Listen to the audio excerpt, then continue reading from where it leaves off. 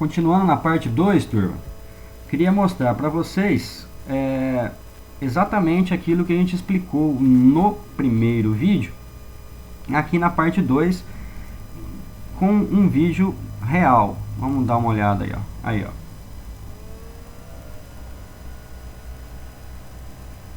Isso mostra pra gente, a gente obviamente não vê a corrente elétrica passando aqui, e a gente vê um aumento da temperatura e do calor aqui internamente na região do material a ser soldado. Pode ver que aqui a gente não enxerga nenhuma modificação do material. Conforme a corrente vai passando, vai esquentando aqui e a gente consegue enxergar uma modificação do material até atingir a temperatura de fusão. Vamos dar uma olhada lá. Olha lá. Dá inclusive para a gente ver, ó, a espessura da primeira chapa e a espessura da segunda chapa. Então, ó, tem até uma linhazinha desenhada aqui que a gente consegue ver que são duas chapas que devem ser, eu não medi, mas devem ser aqui da mesma espessura, pelo que a gente está conseguindo enxergar. Eletrodo superior, eletrodo inferior, corrente passando aqui. Como a corrente passa, ela encontra resistência das chapas a serem soldadas, vai esquentar aqui, ó.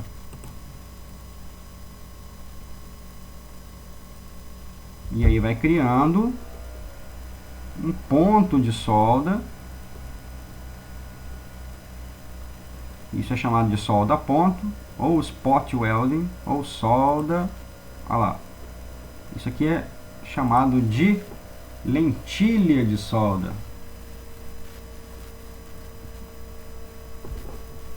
Acho que ficou claro para todo mundo aí.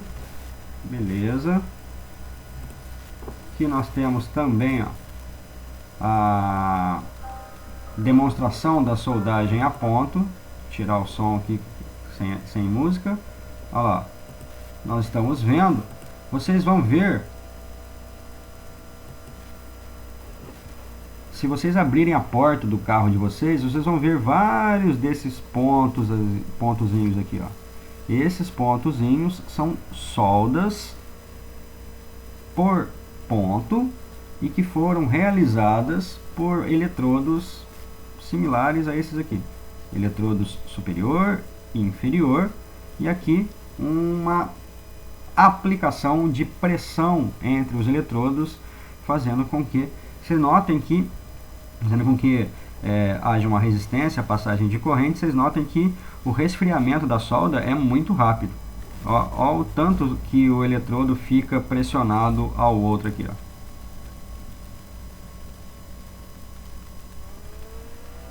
Agora me derrubou porque está no processo câmera lenta aqui, mas vamos fazer vamos voltar aqui que vocês vão ver que é rapidinho. Aí derrubou o professor. Vamos lá. Olha lá, rapidinho. Agora em câmera lenta não parece, mas foi rápida a soldagem. Olha lá. Aqui a soldagem e resfriamento. Já aconteceu a soldagem e o resfriamento. Agora ele entra em slow motion aí para mostrar para vocês a aplicação de força. Aí, ó, começou a aquecer. E dá para notar também uma característica desse processo, que é a soldagem de chapas finas. Chapa grossa, você tem que ter uma grande passagem de corrente para poder fazer a fusão do material todo. Então, quanto menor a espessura da chapa, menor a energia que vai precisar ser utilizada para fundir o material. Então, com isso, vamos voltar lá. Mostrou para a gente que nós temos nessa soldagem uma etapa de compressão, uma etapa da solda, que é exatamente a força sendo aplicada com a fusão deste pedacinho aqui, ó, localizado. Depois a solda vai ter um resfriamento, e aí eu retiro a força e a solda já está feita. Então, são 4 etapas aqui, ó, compressão, solda, retenção e pausa, para que a gente tenha um ciclo completo dentro deste processo. Aqui mostra a mesma coisa que a gente já havia falado.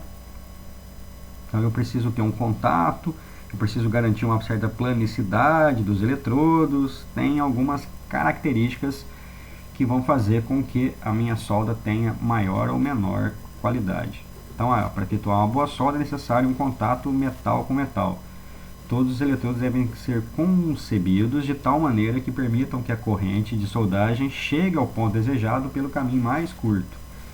Então a gente tem aqui as vantagens. Alta velocidade de solda, igual a gente já viu, é um processo econômico, tem precisão dimensional, usa uma baixa energia comparado com outros processos, adaptabilidade para automação e montagens de chapa de linhas de fabricação, robotização, então é um processo altamente automatizado. Tem como desvantagens a dificuldade para manutenção e reparo.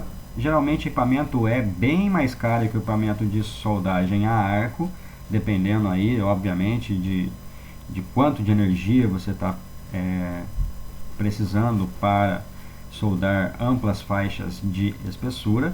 Demanda mais energia da rede elétrica, é um processo mais caro, então baixa resistência à tração e à fadiga. E uma das desvantagens também, não solda chapa muito grossa também. Quanto menor a chapa, mais indicado esse processo. Você note que a chapa do seu carro, por exemplo, é uma chapa mais fina. Os eletrodos são as partes mais importantes do processo, então eles precisam conduzir eletricidade e temperatura, então a condutibilidade térmica e elétrica precisam ser elevados, isso vai obviamente ser dado pelas características do material que é construído o eletrodo. Cobre é um dos materiais, cobre, cromo, daqui a pouco a gente vai ver alguns. Resistência mecânica elevada, porque você vai ter que aplicar uma pressão, então se ele não tiver uma resistência mecânica elevada, ele pode deformar. Fraca tendência para formar ligas com material a ser soldado, isso significa que ele não vai aderir ao material soldado. Resfriamento absolutamente seguro das pontas dos eletrodos, justamente para não contaminar a solda com o material do eletrodo. Então nós temos aqui o eletrodo de cobre e um conjunto entre cobre, cromo e zircônio, cobre e cádmio e cobre e berílio. Os eletrodos também precisam de uma refrigeração, que quanto mais próximo da ponta do eletrodo, melhor. Então a recomendação é que seja empregado aí até próximo da ponta, 12 milímetros próximo da ponta. Então nós temos aqui vários tipos de eletrodo, cada um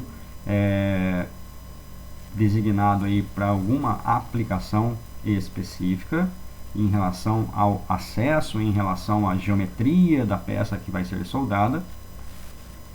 Os problemas mais comuns com o eletrodo é a área de contato muito grande, eletrodos com partículas de chapas encravadas, isso significa que o eletrodo acaba tendo uma certa abrasão e faz com que seja retirado material da peça. Mudança de cor da superfície de contato do eletrodo. Esses são os problemas mais comuns. E os erros mais comuns quando você vai montar os eletrodos para se fazer a solda são eletrodos assimétricos virados, eletrodos desalinhados e eletrodos inclinados. Ou seja, a montagem dos eletrodos vai fazer com que você também tenha a qualidade especificada dentro dos requisitos de qualidade. Então, quando você tem a montagem do eletrodo na máquina, podem ocorrer aqui os modos de falha aqui, que vão gerar defeitos na solda. Olha lá, desalinhado, inclinado, assimétrico. Isso mostra que se o operador errar ao montar os eletrodos, ele não vai conseguir ter uma qualidade de solda muito boa. Isso na montagem dos eletrodos. Aí nós temos aqui as características da solda em relação à espessura da chapa. Aqui está em polegada, para converter de polegada para milímetro. Então, uma polegada é igual a 25,4 milímetros. Nós temos aí o diâmetro do eletrodo. Então, quanto maior a espessura da chapa, maior o diâmetro do eletrodo e maior o diâmetro do ponto fundido. E aqui o espaçamento mínimo entre os pontos de solda, porque senão há um problema se um ponto de solda for muito próximo do outro ponto de solda. Há um problema chamado de efeito Shunt. Depois eu posso explicar melhor esse efeito aí, mas para que vocês possam saber, existe um espaçamento mínimo entre um ponto de solda e um outro ponto consecutivo de solda. Aqui nós temos a soldabilidade, que nós temos então a soldagem por ponto. Nós temos uma formulinha que leva em consideração o ponto de fusão, a resistividade e a condutividade térmica, que é calculado desta maneira aqui, ó, o aço carbono, por exemplo, o alumínio. Mas isso aí é mais para curiosidade de como é que se calcula a energia para soldagem por pontos. Aqui a qualidade da solda deve estar diretamente ligada à qualidade do espaçamento entre os eletrodos, das condições dos materiais, da uniformidade dos pontos, das rebarbas ou ondulações. Ou seja, se houver rebarbas ou ondulações, eu não tenho o contato, um ótimo contato entre as partes, entre o eletrodo e a peça, e aí eu também não tenho as condições ideais para a soldagem, então pode apresentar problemas. Fatores que influenciam na qualidade da solda: o aquecimento, o tempo desse aquecimento, a pressão exercida e a resistência mecânica dos materiais. O equipamento, então, para se fazer essa soldagem por resistência, utiliza-se então um transformador, os cabos, a pinça de soldagem e um sistema pneumático ou hidráulico que suporta então estes eletrodos de solda. Esses eletrodos de solda estão dentro da pinça acionada por um sistema mecânico.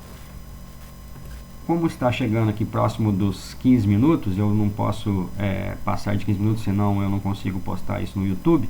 Eu vou fazer um intervalinho e já voltamos já na parte 3.